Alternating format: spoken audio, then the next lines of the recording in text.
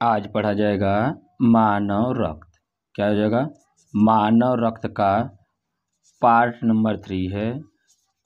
Part 1 और part 2 आपके playlist में अपलोड किया गया है, उसको जाकर आप लोग देख लीजिए। आज हम पढ़ेंगे पार्ट 3 में मानव रक्त के प्रकार में हमारा सबसे पहले क्या था, हमारा RBC। आज हम पूरे डिटेल्स में एकदम अच्छे से क्या पढ़ेंगे, RBC के बारे में अध्ययन करेंगे।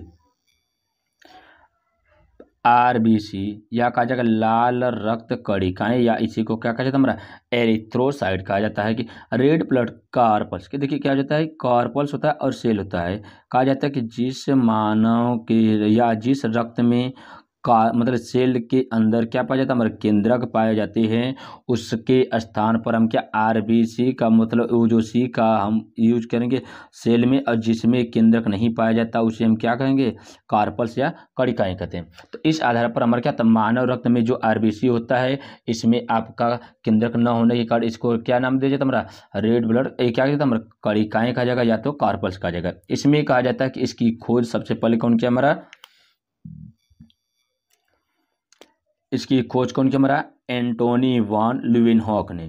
कौन किया था, मानव रक्त के RBC की खोज कौन किया था, हमारा एंटोनी वॉन ल्यूवेनहॉक ने किया है, जिसका निर्माण मानव रक्त के क्या जाता है, बोन मैरो में क्या जाता है, अस्थि मज्जा में इसका निर्माण होता है। आपको बताया गया है कि RBC और क्या हमारा लाल रक्त कणिकाएं और पीली रक्त कणिकाएं और प्लेटलेट सभी का निर्माण हमारा क्या होता है, अस्थि मज्जा में होता है। इसकी पहले वाले वीडियो में आपको बता दिया गया। अब कहा जाता है बोन मैरो में क्या जाता है, अब कहा जाता है कि अगर मान लीजिए बोन मैरो में अगर जब शिशु या कहा जाएगा जो बच्चे भ्रूणावस्था में होते हैं तो उस समय उनका जो हड्डियां होते हैं मेच्योर नहीं होता है या परिपक्व नहीं होता है, तो उस समय रक्त का निर्माण कहाँ होता है, हमारा तो यकृत में या तो कहा जाएगा प्लीहा में होता है। अब कहा जाता है कि भ्रूणावस्था में रक्त का निर्माण कहाँ पर हो जाता है, हमारा यकृत या प्लीहा में। अब कहा जाता है कि कोशिकांग रहित होने के कारण, मतलब क्या, कोशिका मतलब ये ऐसा रक्त होता है जिसमें कोशिकांग नहीं होता है, उसमें हमारा लाल रक्त कोशिकाओं को लाल कणिकाएं कहा जाता है। मतलब क्या, कोशिकाओं को क्या कह दिया जाएगा, वहाँ पे लाल रक्त कणिकाएं कहा जाएगा, कोशिकाएं नहीं कहा जाएगा। अगला देखिए क्या, RBC में कहा जाता है कि इसमें स्तनधारी कहा जाता है, स्तनधारी मतलब ऐसे जीव जो इसके पास जन्म देने के लिए क्या जाता है, हमारा जन्म दे सकते हैं तथा वो दूध दे सकते हैं, वो हमारे के सभी क्या होता है, हमारा स्तनधारी जीव कहलाते हैं। अब स्तनधारियों में RBC में केंद्रक नहीं पाया जाता है। कहते कि जो मनुष्य के स्तनधारी होते हैं या स्तनधारी प्राणियों में जो RBC होता है उसमें केंद्रक नहीं पाया जाता है, लेकिन हमारे क्या कुछ अपवाद है। कौन, ऊंट और लामा, ये ऐसे दो जंतु हैं जिनके शरीर में हमारा क्या केंद्रक नहीं पाया जाता है। अब कहा जाता है कि RBC को क्या कहा जाता है, RBC को ब्रेन सेल या ब्रेनलेस सेल भी कहा जाता है, क्योंकि केंद्रक को कोशिका का मस्तिष्क कहा जाता है। देखिए क्या जाता है, जो केंद्रक होता है वही कोशिकाओं का मस्तिष्क होता है, इसलिए RBC जो होता है हमारा ये क्या होता है, हमारा ब्रेनलेस सेल होता है। कहा जाता है बिना ब्रेन की कोशिका हमारी कौन सी होती है, हमारा RBC होती है। अब देखिए संसार की सबसे बड़ी RBC एम्फीबियन सेल नामक उभयचर में पाए जाते हैं। उभयचर कहा जाता है ऐसे जंतु जो जल व थल दोनों पर रहते हैं, उसे हम उभयचर कहते हैं। तो कहा जाता है कि संसार की सबसे बड़ी RBC हमारे क्या हो जाता है, एम्फियुमा में पाया जाता है, जो हमारा एक प्रकार का उभयचर है। जबकि स्तनधारियों में सबसे बड़ी कोशिका हाथी में पाई जाती है। अगर स्तनधारी में बात किया जाता है तो सबसे बड़ा उभयचर हमारा क्या होता है, सबसे बड़ा स्तनधारी हाथी है। और अगर पूरे सबसे बड़ी RBC की बात करेंगे तो हमारा क्या एम्फियुमा है, जो उभयचर प्राणी होता है। स्तनधारी, देखिए स्तनधारियों में सबसे छोटी RBC कस्तूरी मृग में पाई जाती है। क्या कहता है हमारा, और स्तनधारियों में सबसे छोटी RBC हमारा कस्तूरी मृग की होती है, सबसे बड़ी RBC किसकी, तो हमारा हाथी की होती है। इसकी संख्या क्या कहते हैं, पुरुषों व महिलाओं में लगभग में बराबर होती है। लगभग में 40 से 50 लाख घन मिलीमीटर हमारा क्या होता है, रक्त पाए जाते हैं। अब कहा जाता है कि इसका जीवन काल कितना होता है, 100 से 120 दिन तक इसका जीवन काल होता है। इसकी मृत्यु कहाँ पे होती है, यकृत या प्लीहा में इसकी मृत्यु होती है। इसीलिए प्लीहा को आरबीसी का कब्रगाह कहा जाता है। क्या होता है, प्लीहा को आरबीसी का कब्रगाह या कब्रिस्तान कहा जाता है। देखिए प्लीहा क्या होता है कि प्लीहा या तो कहा जाएगा इसको तिल्ली, एक कहा जाता है ब्लड बैंक ऑफ आरबीसी, कहा जाता है कि ब्लड बैंक क्या हो जाता है, प्लीहा को आरबीसी का कब्रगाह कहा जाता है। इसीलिए और क्या कहा जाता है, हमारा आरबीसी जो होता है ये ब्लड बैंक होता है किसका, हमारा प्लीहा जो होता है इसका आरबीसी का ब्लड बैंक होता है। अब कहा जाए कि आरबीसी का रक्त कोष कौन होता है, हमारा प्लीहा होता है।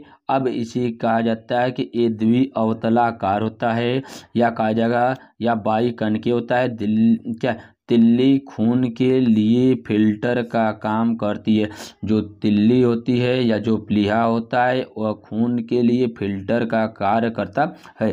कहा जाता है कि प्लीहा या तिल्ली एक अंग है जो सभी रीढ़धारी प्राणियों में पाया जाता है।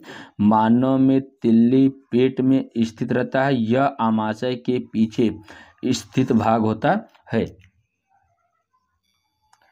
देखिए हमारा क्या है, जो आरबीसी होता है ये लाल रक्त कोशिकाओं में पाया जाता है, लेकिन ऊँट और लामा में नहीं पाया जाता है। ये लाल रक्त कणिकाएं क्या किस में पाया जाता है, हमारा मानव में स्तनधारियों में कहा जाता है इसको। मानव के आरबीसी की संख्या इसको क्या कहा जाता है, हमारा हीमोसाइटोमीटर द्वारा मापा जाता है। कहा जाता है कि मनुष्य के शरीर में जो आरबीसी होती है उसकी मात्रा को या उसकी संख्या को किससे दर्शाया जाता है, हमारा हीमोसाइटोमीटर के द्वारा दर्शाया जाता है या ज्ञात किया जाता है। कहा जा रहा है कि आरबीसी का निर्माण लाल रक्त क्या लाल अस्थिमज्जा में होता है या तो बोन मैरो में होता है।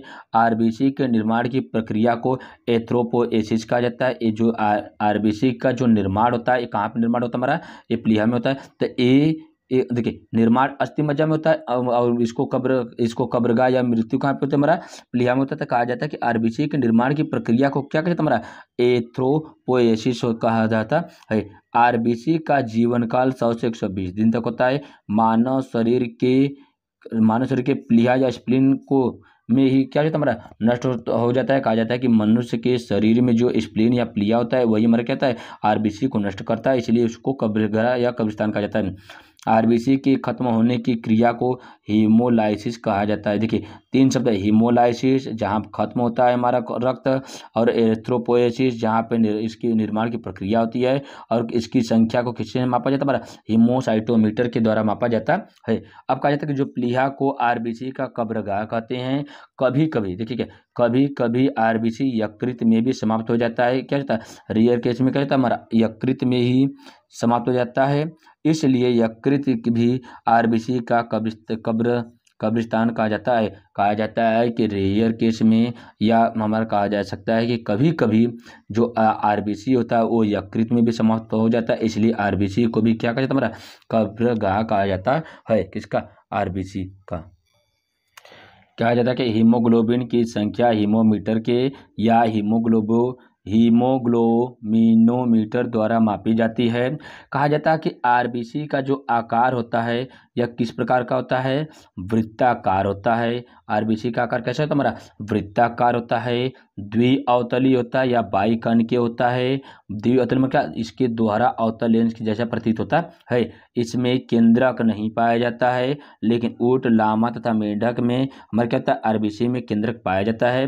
पहाड़ी क्षेत्रों में जाने से पहले आरबीसी की संख्या तथा उसके बाद आरबीसी का आकार बढ़ता है। कहा जाता है कि पहाड़ी क्षेत्रों पे जाने के बाद हवा का घनत्व अधिक होता है, जिसके कारण आरबीसी की संख्या तथा उसके आकार में क्या हो जाता है, हमारा बढ़ोतरी होती है या कहा जाता है इंक्रीजमेंट होता है। अब कहा जाता है कि सोते समय आरबीसी की संख्या कम हो जाती है। कहा जाता है कि जो सोते समय अगर कहते हैं आरबीसी की संख्या में कमी आती है तथा संख्या में कमी आ जाएगी तो आकार में भी क्या हो जाएगा, हमारा एक कमी आ जाती है। देखिए साइज बढ़ेगी तो क्या बोला जा रहा है, जब उसकी संख्या भी बढ़ेगी, जब संख्या इसमें कहा जा रहा है कि सोते समय आरबीसी की मात्रा कम हो रही है, मतलब आरबीसी की मात्रा कम तो संख्या भी हमारा कम हो जाएगा। अब कहा जाता है कि व्यायाम करते समय आरबीसी की संख्या बढ़ जाती है। कहने का मतलब तात्पर्य यहाँ पर है कि जैसे जैसे श्वास की दर बढ़ती है वैसे वैसे इसकी संख्या भी बढ़ती है। अब कहा जाता है कि शरीर में आरबीसी की मात्रा अत्यधिक बढ़ जाए तो इसे पॉलीसाइथीमिया कहा जाता है। क्या जाता हमारा, अगर अत्यधिक मात्रा में बढ़ जाता है आरबीसी तो उसी क्रिया को क्या कहा जाता है, या उसे क्या कहा जाना चाहिए, पॉलीसाइथीमिया कहा जाता है। आरबीसी का कार्य देखिए, इसका कार्य क्या होता है, कहा जाता है कि ऑक्सीजन तथा कार्बन डाइऑक्साइड का परिसंचरण किसका कार्य होता है, हमारा आरबीसी का होता है। दूसरा, एक हीमोग्लोबिन के 4 आणविक ऑक्सीजन को परिसंचरित करता, एक हीमोग्लोबिन 4 आणविक ऑक्सीजन का क्या कहा जाता है, हमारा परिसंचरित करता है। बंद कमरे में क्या है, अंगीठी जलाकर नहीं सोना चाहिए क्योंकि उस समय कार्बन मोनोऑक्साइड की मात्रा 100 गुना जल्दी घुल जाती है। कहा जाता है कि जैसे जैसे क्या कहता है, हमारा जो अंगीठी होती है, या कहा जाएगा कि जो कार्बन मोनोऑक्साइड होता है, इसके समय में हमारा क्या रक्त जो आरबीसी होता है इसमें बहुत ही ज़्यादा सक्रिय हो जाता है, जिसके कारण उस समय व्यक्ति को घुटन होने लगती है। ठीक है, अगला हमारा क्या कहा जा रहा है कि विटामिन B6 को कहा जाता है कि आरबीसी के निर्माण में सहायक होता है। विटामिन B6 की कमी से माइल्ड एनीमिया हो जाता है। अब कहा जा रहा है कि ब्लड में आरबीसी की कमी से एनीमिया, जबकि अधिकता से पॉलीसाइथीमिया अथवा पॉलीसिफोमिया या त्वचा पर काले धब्बे रोग हो जाते हैं। कहा जा रहा है कि आरबीसी का जो कार्य है उसमें ब्लड में आरबीसी की कमी हो जाती है तो एनीमिया कहा जाता है, जब अधिकता होती है तो पॉलीसाइथीमिया होती है, या तो उसी क्रिया को पॉलीसिफोमिया कहा जाता है। कहने का तात्पर्य यहाँ पर यह है कि त्वचा पर काले धब्बे पड़ना हमारा क्या होता है, आरबीसी का कार्य होता है। देखिए, एनीमिया क्या है, कहा जा रहा है कि सिकल सेल एनीमिया जो होता है ये आनुवंशिक बीमारी होता है जो आरबीसी का आकार तथा आकृति बदल जाती है। कहा जाता है कि आनुवंशिक बीमारी पॉलीसाइथीमिया में कहा जाएगा कि जो एनीमिया होता है, जो सिकल सेल एनीमिया होता है उसमें आरबीसी का आकार या आकृति बदल जाती है, जिसको हमारा क्या कहता है, एक अगर देखा जाएगा कि हेल्दी रहता है तो क्या चाहता है तुम्हारा, एक नॉर्मल रेड ब्लड सेल हमारा क्या चाहता है, एक गोल सी संरचना हो जाती है। जब इसको क्या है, सिकल सेल एनीमिया हो जाता है तो इसका कैसा, एक चांद के आकार का ये कहा जाएगा कि, या अवतला आकार का हो जाता है, इसी को क्या सिकल रेड ब्लड सेल कहा जाता है। इस प्रकार से आज हम लोग क्या पूरे के पूरे आरबीसी की संरचना के बारे में पढ़ें। अब इसका कार्य क्या है, इसका महत्व क्या है, पूरे की पूरी बातों को बता दिया गया है। अगर क्लास अच्छी लग रही है तो चैनल को लाइक करिए, सब्सक्राइब करिए तथा अपने मित्रों को शेयर करिए। धन्यवाद।